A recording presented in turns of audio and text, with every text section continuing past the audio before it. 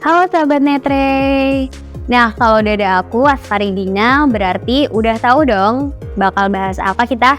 Yes, benar banget, kita akan membahas melek politik.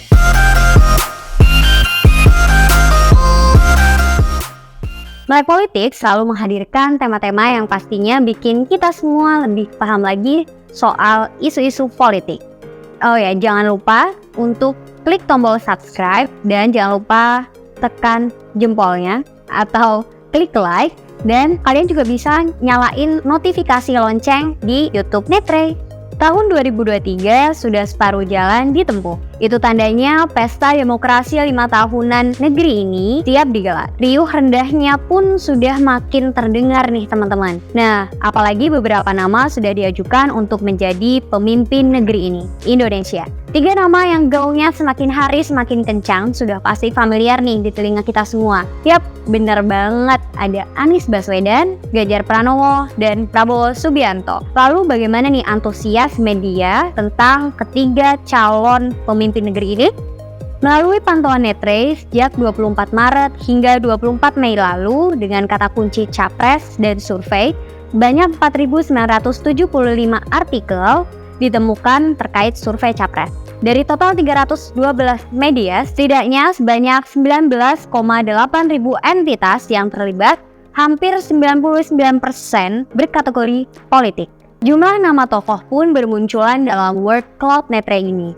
Kali ini seperti Anies Baswedan, Ganjar Pranowo, Prabowo Subianto, Erick Thohir, Airlangga Hartarto, Presiden Joko Widodo, hingga Sandiaga Uno. Nama-nama tersebutlah yang sering muncul ketimbang tokoh lainnya. Nama Ganjar Pranowo yang menjadi paling banyak disebutkan ketimbang Prabowo Subianto ataupun Anies Baswedan, setidaknya dalam 30.319 artikel, nama Gubernur Jawa Tengah ini menjadi paling unggul. Disusul Prabowo Subianto yang disebut dalam 27.058 artikel, kemudian Anies Baswedan dengan 16.454 artikel. Ketiga nama tersebut memang selalu masuk dalam top survei calon presiden 2024 yang dipantau sejumlah lembaga survei ini teman-teman. Akan tetapi, bagaimana yang dimuat pada media Kompas dan Kumparan pada 24 Maret lalu, terlihat hasil survei yang menunjukkan kenaikan elektabilitas Prabowo Subianto yang berhasil mengalahkan Ganjar Pranowo. Hasil survei Litbang Kompas tersebut diambil pada 29 April hingga 10 Mei 2023 silam. Dan dari data tersebut terpantau Ketua Umum Gerindra tersebut mengantongi elektabilitas sebesar 24,5%, sementara Ganjar Pranowo hanya berhasil mengantongi 22,8%. Elektabilitasnya dengan margin of error dalam survei tersebut sebesar kurang lebih di angka 2,83%. Ini merupakan kali pertama survei elektabilitas Prabowo Subianto di atas Ganjar Pranowo. Setelah dalam periode sebelumnya dari Oktober 2022 dan Januari 2023, nama Ganjar selalu mengungguli Prabowo. Selain dua nama tadi, ada sosok Erick Thohir dan Sandiaga Uno yang juga ramai mencuat pada survei media.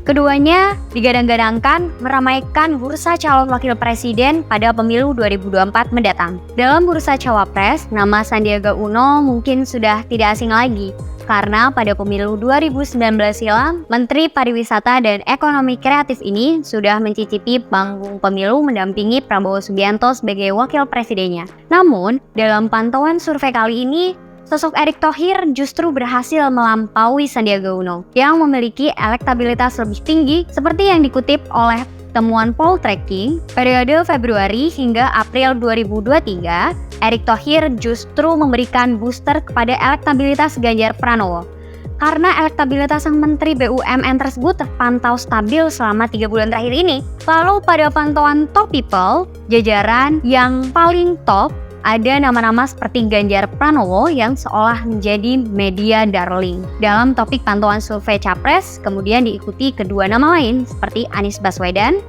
dan juga Prabowo Subianto. Walaupun sudah tidak bisa maju lagi dalam kontestasi mendatang, nama Presiden Joko Widodo juga mewarnai top people survei Capres. Erick Thohir muncul karena digadang-gadang memiliki potensial tinggi untuk maju sebagai calon wakil presiden pada pemilu 2024 mendatang. Selain nama-nama tokoh tersebut, dalam kategori top organization, jumlah lembaga survei yang dijadikan acuan dalam media memberitakan elektabilitas tokoh juga ikut ramai masuk dalam pantauan Netre, teman-teman. Lembaga Survei Indonesia atau LSI menjadi yang terpopuler karena hasil surveinya kerap dimuat oleh sejumlah media.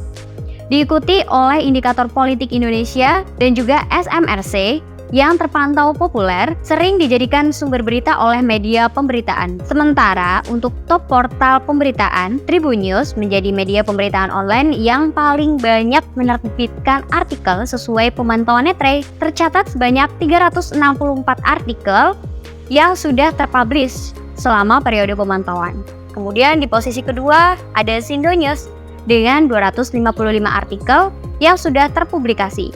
Dan di posisi ketiga ada Kompas dengan 244 artikel. Semakin dekat dengan kontestasi pemilu 2024 mendatang, nampaknya sejumlah media ramai-ramai memaparkan hasil survei terkait tokoh-tokoh mana saja yang menjadi top of mind, hingga yang memiliki elektabilitas tinggi untuk bertarung pada pemilu 2024 mendatang. Nah, untuk itu nih, kita sebagai generasi muda yang hak suaranya sangat berpengaruh untuk masa depan Indonesia 5 tahun mendatang, semoga bisa menggunakannya dengan bijak, tidak menyalahgunakan hak suara, dan memilih pemimpin yang amanah ya teman-teman. Jadi sudah siap dengan Pesta Demokrasi 2024? Semoga tahun depan tertib dan tidak ada permasalahan kembali ya. Akhir kata, saya Asfaridina pamit dari Melek Politik kali ini.